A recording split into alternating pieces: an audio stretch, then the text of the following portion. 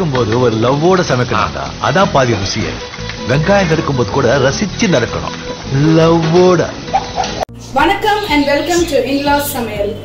நம்ம இந்த வீடியோல பார்க்க போற டிஷ் நெத்திலி கருவாடு வறுவல். வாங்க அது எப்படி செய்யலாம், என்னென்ன தேவை பார்க்கலாம். வணக்கம்ங்க. இப்போ இந்த நெத்திலி கருவாடு வறுவல் செய்கிறதுக்கு என்னென்ன தேவைன்னு சொல்லிடுறேன். நெத்திலி கருவாடு வந்து ஒரு 1/4 கிலோ எடுத்து நல்லா ஊற வச்சு கழுவி சுத்தமாக வச்சுருக்கிறேன். அதுக்கு வந்து 2 தக்காளி கட் பண்ணி வச்சுருக்கிறேன்.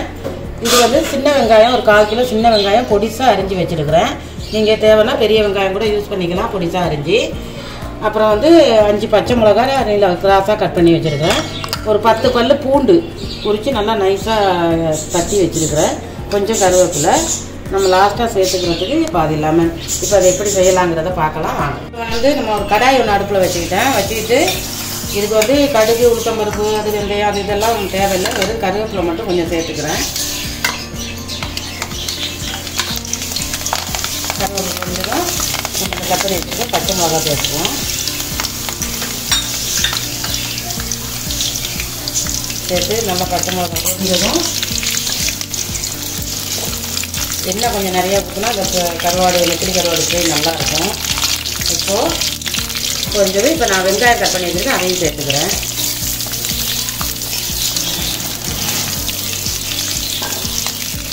சேர்த்து நல்லா கிண்டி விட்டுருவாங்க. நீங்கள் பேன் மாதிரி இருந்தால் அதுலேயும் செய்யலாம், இல்லை கடாயில் சட்டியில் கூட செய்யலாம். நான் வந்து கடாயில் செஞ்சால் ரொம்ப நல்லா இருக்குமேன்றதுக்காக கடாயில் செய்கிறேன். நல்லா இந்த வெங்காயம் வதங்க விட்டுறணும். இப்போ பாருங்கள், வெங்காயம் நல்லா வதங்கிட்டு இந்த அளவு வதங்கி வரும்போது நம்ம இந்த தட்டி வச்சுருக்கிற பூண்டு பல்லையும் சேர்த்துருவோம்.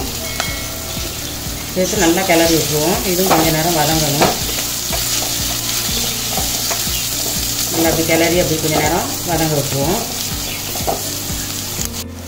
இப்போ நம்ம அந்த பூண்டு போட்டதுக்கப்புறம் கொஞ்சமாக ஒரு 1/2 ஸ்பூன் உப்பு சேர்த்துக்கிறேன். ஏன்னா அந்த கருவாட்டில் உப்பு இருக்கும், நம்ம பத்தலைன்னா அப்புறமா சேர்த்துக்கலாம். இந்த உப்பையும் சேர்த்து நல்லா கிண்டி விட்டுருவோம். ஏன்னா கொஞ்சம் சீக்கிரமாக வதங்கும். இப்போது நம்ம அந்த கட் பண்ணி வச்சுருக்கிற தக்காளி அதையும் சேர்த்துருவோம். சேர்த்து நல்லா ஒரு கிளறி வச்சு தக்காளி நல்லா வெந்து வர்ற அளவுக்கு வச்சுருவோம். கொஞ்சம் நேரம் மூடி போட்டு மூடிடுவோம். இப்போது நம்ம தக்காளியெல்லாம் போட்டதுக்கப்புறம் நல்லா வதங்கிடுச்சு. நல்லா ஒரு கிண்டி விட்டுட்டு இப்போ நம்ம அந்த கருவாடை அதில் சேர்த்துக்குவோம். நல்லா தண்ணி இல்லாமல் அலசி வச்சுருக்கிற அந்த கருவாடெல்லாம் அதில் சேர்த்துக்குவோம்.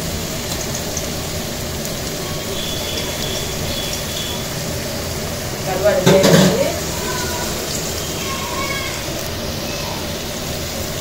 ஒரு 1/4 ஸ்பூன் மஞ்சள் தூள் சேர்த்து நல்லா இதை ஃபுல்லாக மிக்ஸ் பண்ணி விட்டுறணும்.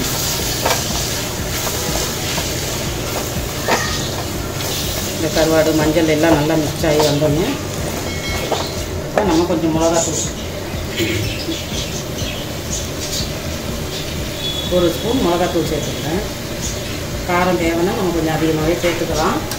காரம் கம்மியாக சாப்பிட்றவங்க கொஞ்சமாக சேர்த்துக்கலாம். நல்லா இதை வந்து கிளறி விட்டுருவோம்.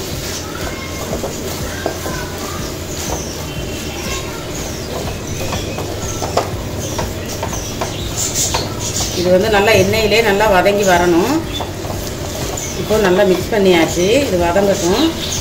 அது சீக்கிரமாக வதங்குறதுக்கு நம்ம கொஞ்சமாக தண்ணி கொஞ்சமாக சேர்த்துக்குவோம். கொஞ்சம் தண்ணி ஒரு 1/4 டம்ளர் அளவு தண்ணி சேர்த்துக்குவோம். சேர்த்து நல்லா மிக்ஸ் பண்ணி அப்படியே ஒரு மூடி போட்டு மூடி வச்சுருவோம் வதங்குறதுக்கு. இப்போது நம்ம வந்து ரொம்ப போட்டு கிண்டாமல் மெதுவாக அப்படியே பரட்டி விட்டுருவோம். அப்பப்போ ஒரு 2 நிமிஷத்துக்கு ஒருக்கா நீங்கள் பரட்டி விட்டுக்கணும். இதை அந்த மாதிரி தான் நான் பண்ணிவிட்டேன். ரொம்ப போட்டு கிண்டினோம்னா நெத்திலி உடஞ்சிரும். மீன் குழம்பு வச்சா எப்படி கிண்டினா உடையுமோ அதே மாதிரி தான் இருக்கும். இப்போ நெத்திலி வறுவல் ரெடி ஆகிடுச்சு. லைட்டாக 2 சொட்டு லெமன் இதுவும் அப்படியே உடையாத அளவுக்கு ஒரு கிளறி விட்டுக்கணும். அவ்வளோதான். இதுக்கு வந்து நிறைய மசாலா ஐட்டம்லாம் கிடையாது, வெறும் மஞ்சள் மிளகாத்தூள் மட்டும்தான். நெத்திலி வறுவல் ரெடி. நல்ல அருமையான டேஸ்டியான ஒரு நெத்திலி கருவாடு வறுவல் எப்படி செய்யறதுன்னு பார்த்தீங்க. இதை கண்டிப்பா வீட்ல ட்ரை பண்ணி பார்த்துட்டு எப்படி இருந்ததுன்னு கமெண்ட் செக்ஷன்ல சொல்லுங்க. அடுத்து ஒரு நல்ல டேஸ்டியான டிஷ்ஷோட உங்களை சந்திக்கிறோம். இன்லா சமையல் சேனலுக்கு கண்டிப்பா சப்ஸ்கிரைப் பண்ணுங்க. Okay bye. Okay bye. சமைக்கும் போது ஒரு லவ்வோட சமைக்கணும்டா, அதான் பாதி ருசியே. வெங்காயம் நறுக்கும் போது கூட ரசிச்சு நறுக்கணும், லவ்வோட.